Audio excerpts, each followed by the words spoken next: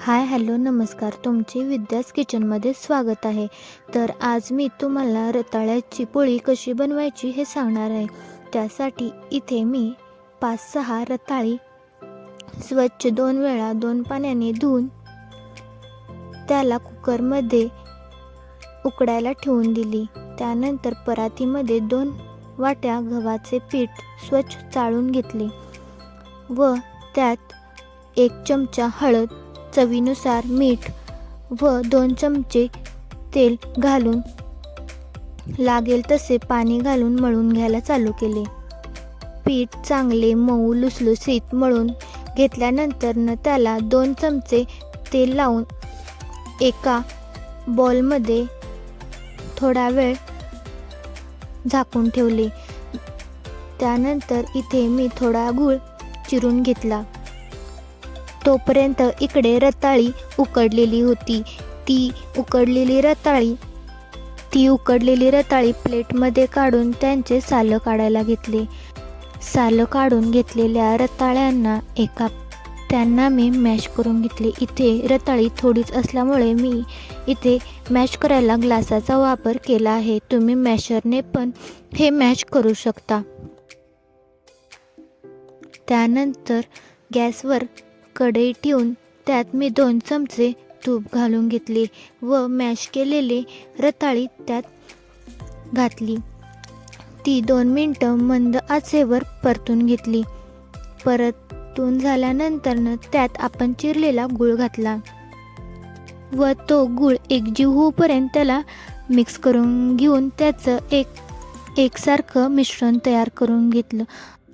आता हे बघा, इथे हे मी घी पॉट घेतला आहे. बरेच महिने झाले ह्याला घेऊन, पण हे अजून छान स्टीलचं खूप मस्त आणि ह्याचा वापर पण खूप छान होतो.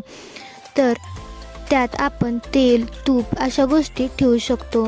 तर हे खूप छान आहे आणि याला मी घेऊन पण खूप महिने, जवळजवळ वर्ष होत आलं, तरी पण हे खूप छान आहे आणि आमच्या घरात हे सगळ्यांना आवडतं.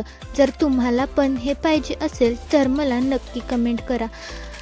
तुम्ही लिंक म्हणून कमेंट करा, मी तुम्हाला नक्की त्याची लिंक पाठवून देईन.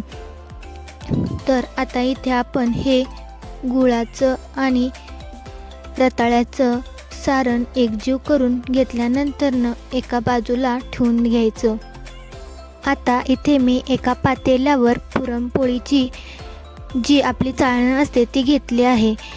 त्यात आपण अजून एकदा ते सारण घालून चांगलं मॅश करून घेणार आहोत. म्हणजे जर काही चिकन किंवा काही पण असेल तर ते आपल्या पुरणपोळीला लागणार नाही.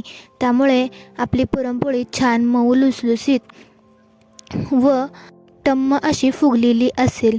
तर इथे मी हे मॅश करून घेतलं. त्यानंतर त्याचा कणकेचा एक गोळा घेऊन त्यात हे सारण भरून घेतलं. भरलेलं सारण मी दाखवते त्याप्रमाणे तुम्ही भरून घ्या व त्यानंतर त्याला वरती टॅप करा. म्हणजे कसं, तुम्ही जे आतमध्ये सारण भरले ते पूर्ण गोळ्याच्या पूर्ण बाजूने पसरून आपली पुरणपोळी छान होईल व आतलं सारण सगळीकडे पसरेल. त्यामुळे ती टम्म अशी फुगलेली दिसेल व खायलाही छान व मऊ, तोंडात टाकताच विरघळणारी बनेल. तर इथे मी दाखवते त्याप्रमाणे तुम्ही हे करून घ्या. आता तो घेतलेला गोळा आपण लाटून घ्यायचा आहे. लाटून घेतल्यानंतर तवा गॅसवर ठेवून तवा गरम होईपर्यंत वाट बघून त्यावर थोडं तेल टाकून घ्यायचं आहे. तेल टाकल्यानंतर आपण जी लाटलेली पोळी होती ती त्या तव्यावर टाकून घ्यायची आहे. त्यानंतर थोडे मिनिट मंद आचेवर तिला भाजू द्यायचं आहे. भाजल्यानंतर त्या पुरणपोळीला आपण तेल लावून घ्यायचं आहे व परतून घ्यायचं आहे व अशा प्रकारे आपली टम्म फुगलेली पुरणपोळी तयार आहे. जर तुम्हाला ही पुरणपोळी आवडली असेल तर नक्की कमेंट आणि लाईक, शेअर अँड सबस्क्राईब करा. आणि जर तुम्हाला त्या घी पॉटची लिंक हवी असेल तर मला मेसेज करा, DM करा. मी तुम्हाला नक्की त्याचा रिप्लाय देईन व तुम्हाला आणि काही क्वेरीज असतील तर मला माझ्याशी शेअर करा, मी त्यांना नक्की रिप्लाय करेन. अशा प्रकारे मी इथे ही पुरणपोळी काही मिनिटात, म्हणजेच अर्धा तास लागला असेल मला बनवायला. अशी पुरणपोळी तुम्ही जर घरात बनवून दिली तर सगळे आवडीने खातील व सगळ्यांना आवडेल. तोंडास टाकता विरघळणारी अशी ही आपली पुरणपोळी रेडी झाली आहे.